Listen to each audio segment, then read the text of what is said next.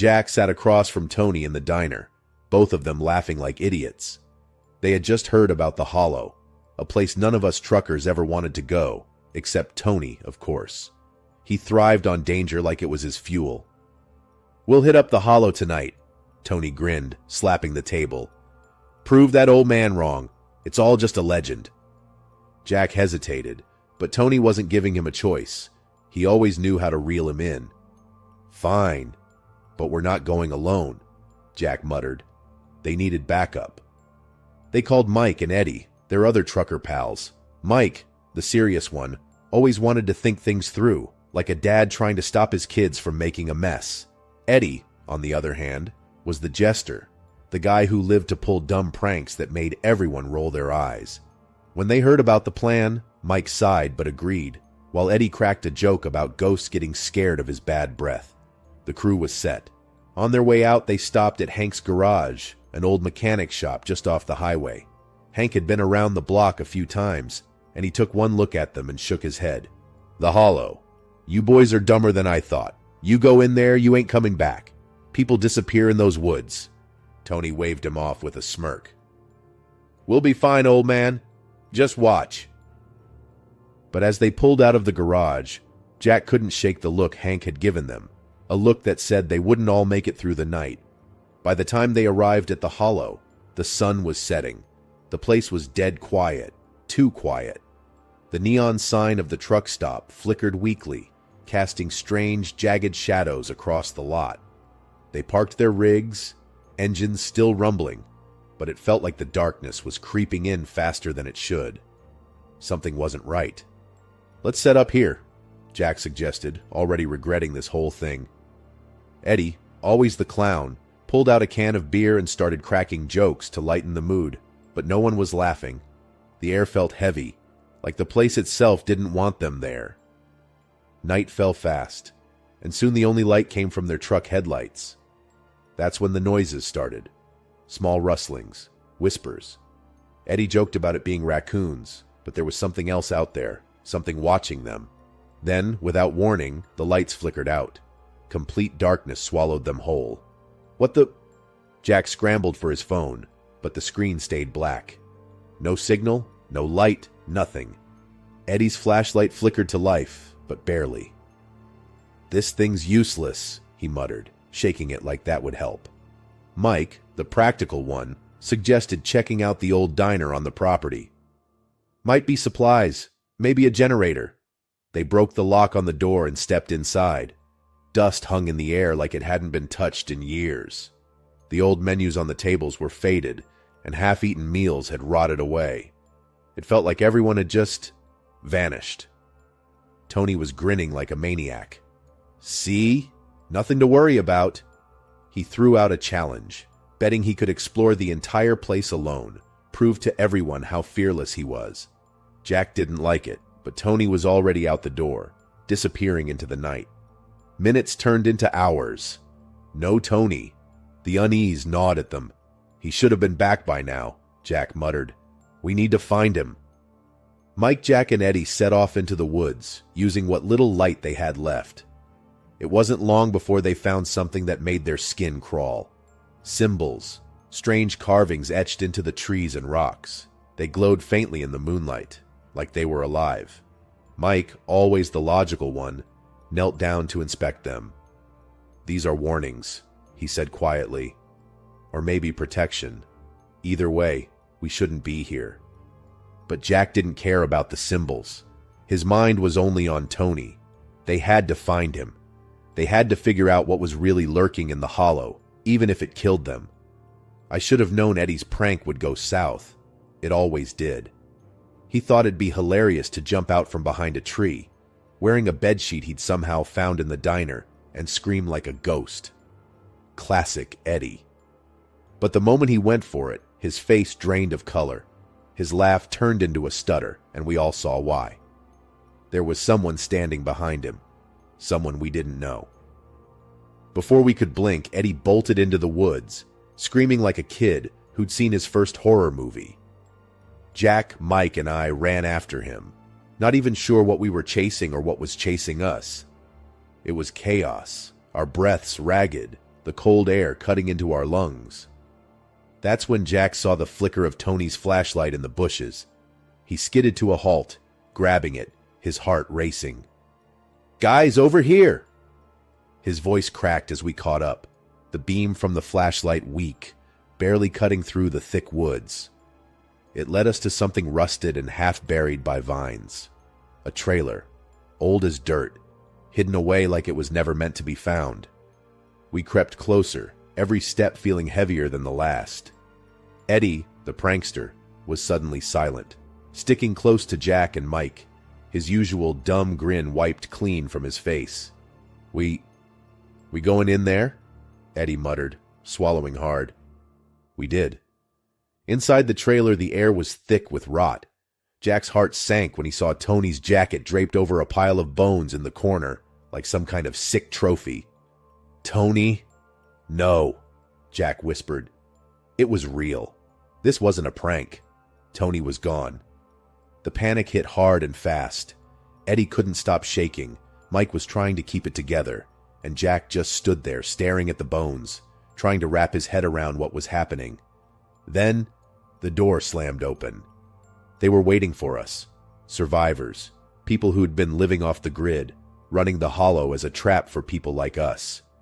At the front of the group was Carla, the leader, a woman with cold eyes and a voice like gravel. "You truckers think you can come into our land, take what you want, and leave? No one leaves the hollow." Jack didn't have time to argue. These people weren't looking for a conversation. They were after everything we had. They'd been luring truckers here for months, stealing their rigs, their supplies. We were just the next unlucky idiots to fall into their trap. But we weren't alone. Hank, that old guy from the garage, burst through the trees like a man on a mission. He wasn't just some grizzled mechanic. He was part of this too, but not with Carla. He'd been trying to stop her crew from taking more lives. "Get down!" Hank barked, pulling a shotgun from behind his back, sending Carla's crew scrambling. "I told you boys to stay away from the hollow, but you didn't listen. Now let's get out of here before they regroup." Carla's group wasn't done with us yet. They chased us through the woods, their shouts echoing through the trees. We stumbled over rocks, clawed our way through thick branches, barely keeping ahead of them. The air was thick with fear, every step a fight to survive. Mike, always the smart one, always the leader, did the unthinkable. He stopped. "You guys go. I'll hold them off." Jack spun around, eyes wide, but Mike was already running toward Carla's crew, drawing their attention away from us. We heard the struggle behind us, but we couldn't stop. Mike's sacrifice hit us hard, but there wasn't time to mourn. Not yet. We kept running until we reached a clearing, breathless, battered, but alive. Hank had led us there, pulling out an old map he'd marked up over the years. "They don't know these woods like I do," he said, his voice tight with anger. "We can use this to our advantage." And we did. Jack and Eddie, with Hank's help, set traps, using their knowledge of trucking gear and the terrain to outsmart Carla's group. When Carla finally caught up with us, she wasn't expecting what came next. Jack and Eddie turned the tables, leading her crew right into their own trap. The final confrontation was brutal, but we won. Carla was knocked out cold, and her crew scattered.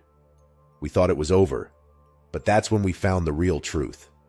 While digging through the remains of their camp, we found papers, contracts, logs, everything.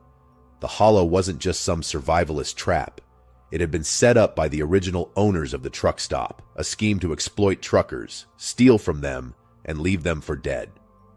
Carla's group was just the latest in a long line of criminals keeping the operation going.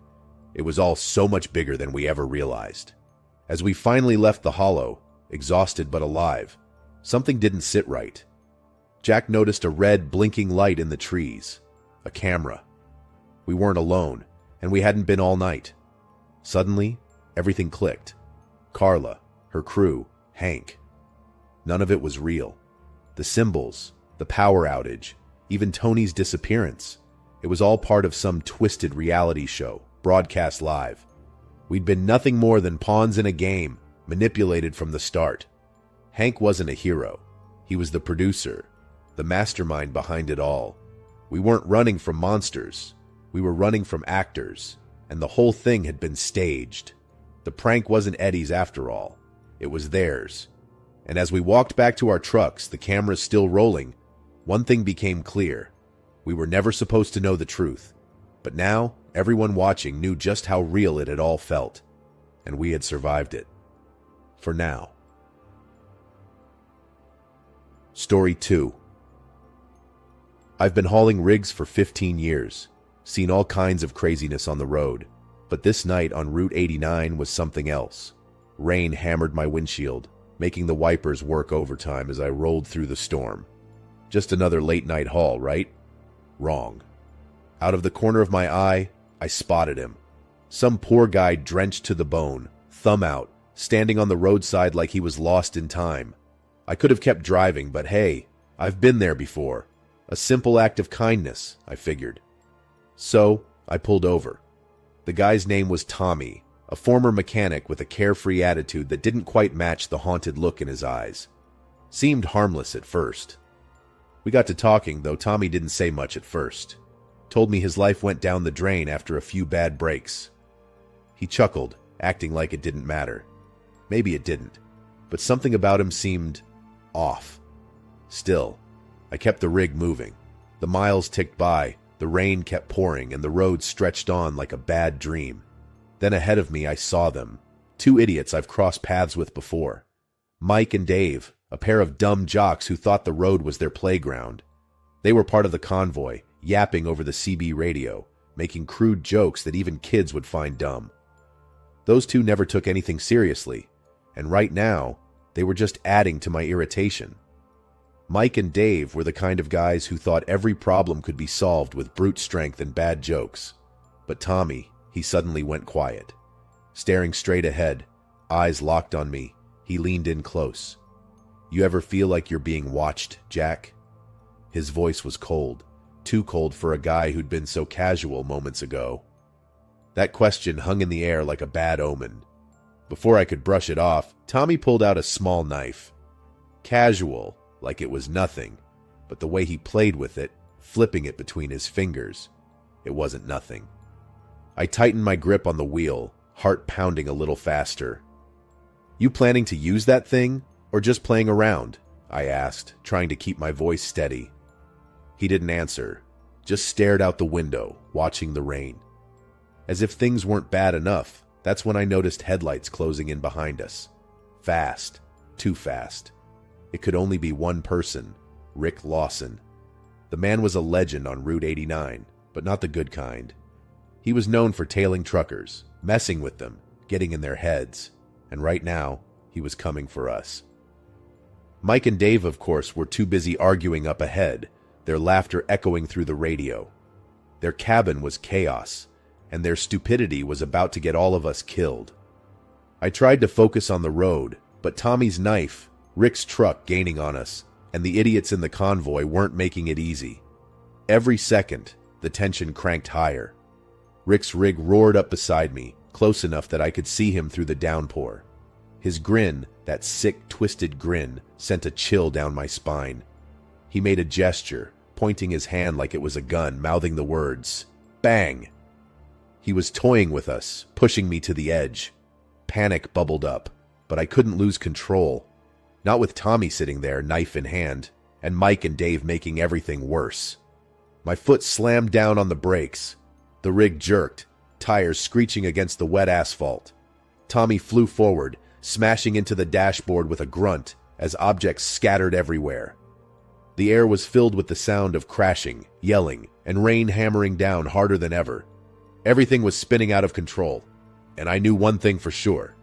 We weren't making it out of this storm without a fight. Before I could even think straight, Tommy lunged. The knife he'd been toying with was now aimed at me, and my instincts kicked in. I jerked the wheel to the side, the truck swerving violently. Tommy's face twisted, not in anger, but with something else. Fear? Desperation? Either way, it didn't matter. I was fighting for my life. "What the hell, Tommy?" I barked, dodging his swipe. The knife grazed my arm, a sharp sting snapping me back into reality. This guy wasn't some random hitchhiker anymore. This was a fight for survival. For a moment, everything blurred.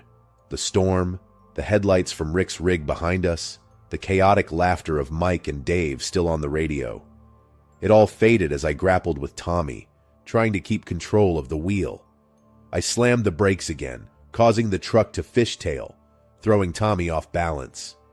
He tumbled back, gasping for breath. Then, out of nowhere, a flash of memory hit me. Tommy's face wasn't new. He wasn't just a drifter. He was a cop. Undercover. I'd seen him once before, years ago, when a sting operation went down at a truck stop. Rick Lawson was the target back then, too. Tommy had been hunting Rick for years, and now I was caught right in the middle of it. Tommy stood up panting, knife still in hand. "Jack, I'm not your enemy. Rick is.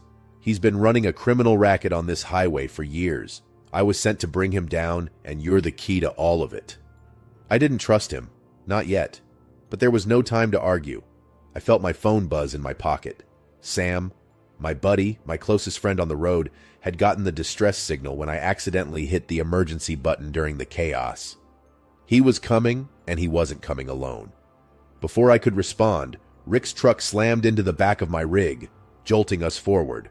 "Hold on!" I yelled, trying to steer, but the rain was relentless. The road was slick, the truck felt like it was skating on ice, and Rick wasn't letting up. Sam's voice came over the CB radio, loud and clear. "Jack, I'm 5 minutes out. Hang in there. I've got backup." Backup. That sounded like music to my ears. But things were getting worse fast. Rick's headlights were blinding, his truck closing in, and I could feel the pressure mounting. Suddenly, Mike and Dave, those two idiots, decided to throw more fuel on the fire. They were messing around, tossing stuff at each other in their cab, their loud arguing a distraction for Rick, but a headache for me. "Rick, buddy," Mike's voice crackled through the CB. "You've got to let us in on the joke, man. Why are you tailgating Jack like that?" Their stupidity was both annoying and a godsend. Rick was getting agitated, and his focus wavered. I saw him glance toward Mike and Dave's truck, the distraction buying me a few precious seconds. Suddenly, Sam's truck roared up beside Rick's, blaring the horn, forcing Rick to back off for a second. I felt a momentary relief as Sam cut in between us. But Rick wasn't done. He was too deep in this game. I saw him pull something out. A gun? No, something bigger. Dave, in his usual idiotic fashion, started yelling about some secret stash of weapons he'd found in Rick's truck. "Look at this, man! Dude's packing a freaking grenade launcher!" Dave's dumb voice blared over the CB, followed by nervous laughter. But it wasn't a joke. Rick had serious firepower, and now the tables had turned. Sam yelled through the radio, "We gotta take him down, Jack, or we're all dead." The rain wasn't letting up, and every second felt like the last. Tommy, finally regaining his composure, looked at me, knife still in hand but now with a purpose. "Rick's going down tonight, whether he likes it or not." It all came down to this. We had to act fast. Tommy, Sam, and I were in this together now, setting up traps along the road, using every trick we knew from years on the highway. We dodged, swerved, and baited Rick into our plan, the highway becoming a battleground. But just when it seemed like we had the upper hand, Dave, good old clueless Dave, accidentally triggered something in Rick's truck. A hidden compartment popped open, revealing an arsenal none of us were prepared for. Rick grabbed a weapon, aiming it directly at us. I froze.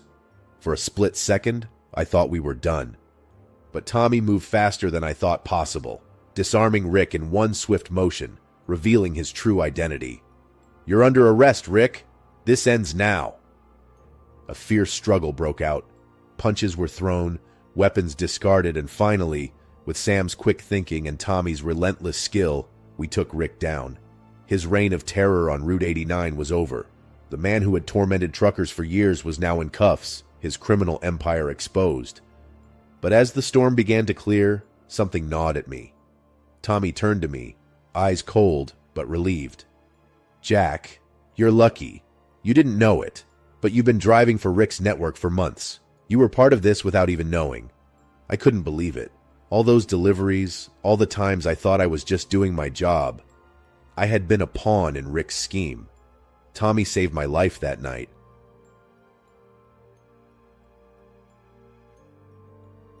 But in doing so, he opened a door to a world I wasn't ready for. The highway is still calling, but now, there are shadows in every mile.